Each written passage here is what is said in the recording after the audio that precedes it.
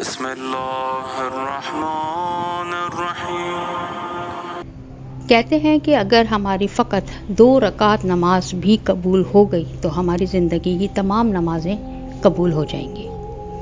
आप लोग कहेंगे कि हमने तो पता नहीं कितनी रकात नमाज पढ़ ली है। किसी की 50 साल ज़िंदगी है, किसी की 60 है, किसी की 80 है, तो कम से कम 30-40 साल की तो उसने नमाज़ें पढ़ी ही होंगी।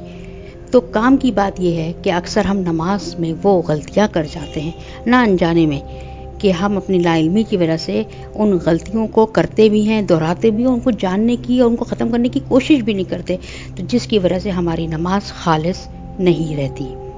आज की वीडियो में इन्हीं 2 बहुत ही अहम गलतियों का जिक्र किया जाएगा।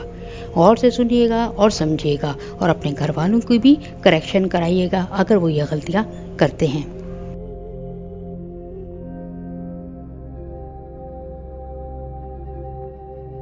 वजीफ़ा फॉर हाजत के मौजूद सामीन अस्सलाम वालेकुम। नमाज में आंखें बंद करना पहली गलती।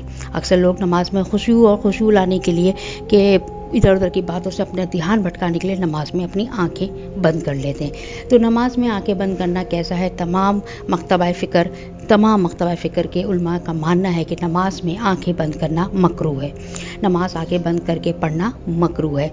हज़रत मोहम्मद सल्लल्लाहु अलैहि वसल्लम खुद भी कभी उन्होंने आंखें बंद करके नमाज नहीं पढ़ी और ना ही अपनी किसी भी सहाबा को हुक्म दिया कि वो ऐसे नमाज पढ़े।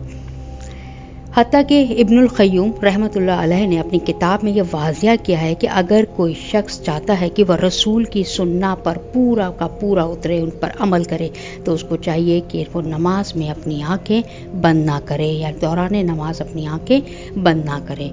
इमाम अहमद बिन हम्बल कहते हैं कि नमाज में आंखें बंद करना असल में यहूदियों का तरीक़ेकार है। वो अपनी इबादत में अपनी आंखें बंद कर लेते हैं और आंखें बंद करके और बहुत ज़ोर ज़ोर से हिल कर इबादत करते हैं। कभी आप यहूदियों को नमाज पढ़ते हैं, उनकी भी एक नमाज का तरीका है, उनकी भी एक नमाज है, उसको आप देखिएगा कि जब वो इबादत करते हैं, कोई किरत कर रहे होते हैं, तो वो बहुत ज़ोर ज़ोर से हिल रहे होते हैं और उनकी आँखें बंद होती है। तो ये उनका तरीक़ेकार है।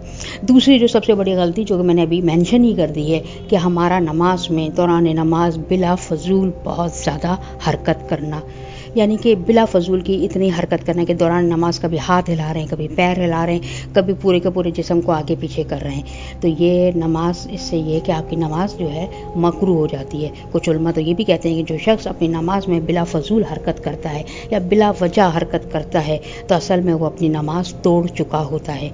रसूल अकरम सल्लल्लाहु अलैहि वसल्लम ने भी फरमाया है कि अपनी नमाज को बहुत ज़्यादा हरकत से बचाओ, यानी कि ये भी यहूदियों का ही तरीक़ेकार है।